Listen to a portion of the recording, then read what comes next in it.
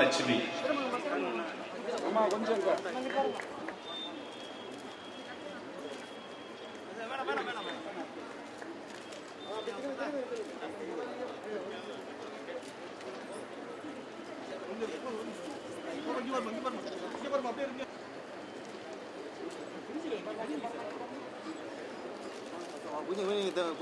மணியம் செல்வன் அவர்களுக்கும் எங்களுடைய கிளைக்கு மிகுந்த மருத்துவம், கல்வி, இன்றைக்கு விதைகளுக்கு இன்றைக்கு பணம், ஊனமுற்றோருக்கு பணம், இப்படி வாரி வழங்குகிறார் சொன்னால் கடவுள் செய்ய வேண்டிய பணியை அம்மா அவர்கள் இன்றைக்கு செய்து கொண்டிருக்கிறார்கள்.